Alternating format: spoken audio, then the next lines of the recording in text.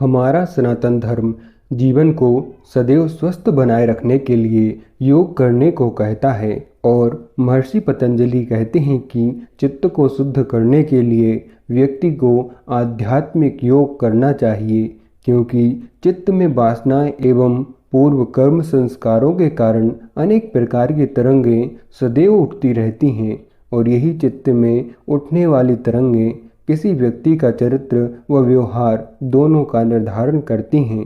मूल रूप से यह बाल्यकाल अर्थात बच्चे की 8 वर्ष से कम आयु होने पर यह बाहरी चित्त वृत्तियां बच्चे के मन मस्तिष्क में स्थिर होने लगती हैं। इसीलिए ऋषियों ने कहा है कि बच्चे के बाल्यकाल के समय उसके आसपास का वातावरण मधुर व शुद्ध स्वच्छ शब्दों वाला होना चाहिए, जिससे वह बालक अपने चित्त में मधुरता व शुद्ध चरित्रता को स्थिर कर सके। इसी प्रकार बनने वाली सही प्रकार की चित्त वृत्तियों के लिए महर्षि पतंजलि कहते हैं कि वृत्त्याः पंचतय्याः क्लिष्टा अक्लिष्टाः, अर्थात चित्त की वृत्तियाँ 5 प्रकार की होती हैं और प्रत्येक के दो दो उप प्रकार क्लिष्ट व अक्लिष्ट होते हैं। महर्षि कहते हैं कि क्लिष्ट वृत्ति को ही अविद्या जनित वृत्ति मानो, जो सदैव व्यक्ति के दुखों को बढ़ाती है।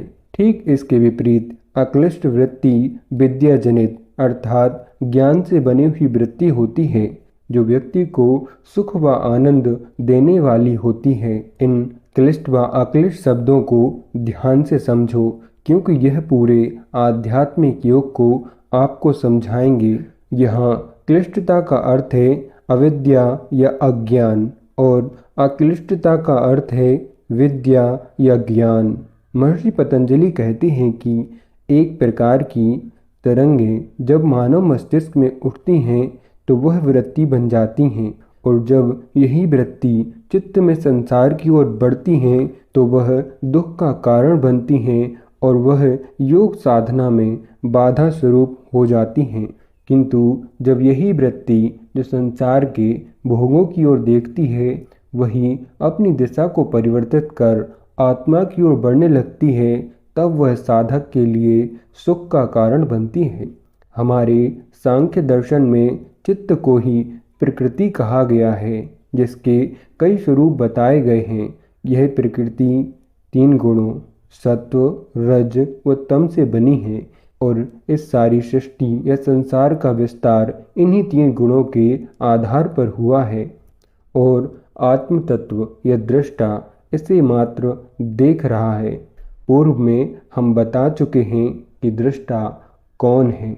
इन्हीं 3 रज, सत्व व तम गुणों की मात्रा में भिन्नता से प्रकृति के तत्वों में भिन्नता दिखाई देती है।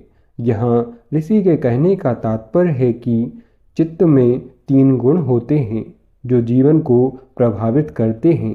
पहला है रजगुण, जो सृजन करता है, जैसे किसी भी विचार का उत्पन्न होना रजोगुण ही है, और दूसरा सत्व गुण है, जो किसी भी विचार को आवश्यकता के अनुरूप चित्त व मस्तिष्क में तब तक बनाए रखता है जब तक उस विचार की आवश्यकता है, और अंतिम है तमोगुण, जो व्यक्ति के चित्त में उन विचारों या भावनाओं को नष्ट करता है जो व्यक्ति को दुख दिलाते हैं, और तमोगुण उन विचारों को भी नष्ट कर देता है जो लंबे समय से उपयोग या जीवन में प्रयोग नहीं हुए हैं।